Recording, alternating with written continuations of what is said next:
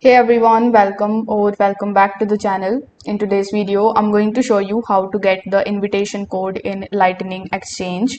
So first of all, you will have to open your web browser in your PC, and here in the search bar, you need to search for lightcd.com.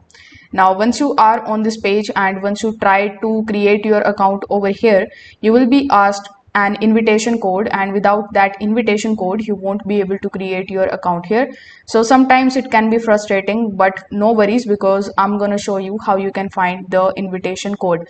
So here, as you can see over here, I have already created my account here, and if I click on the invite link here, you will see my invitation link. So you can just simply use this invitation link and this invitation code while creating your account. You can see it over here on the screen. Let me just zoom it. So you can just use this invitation code. I will also try to put the link of it down in the description, so you can use that code from the description. So after using this particular code, you will be able to basically create your account, and this way you can start using this particular exchange.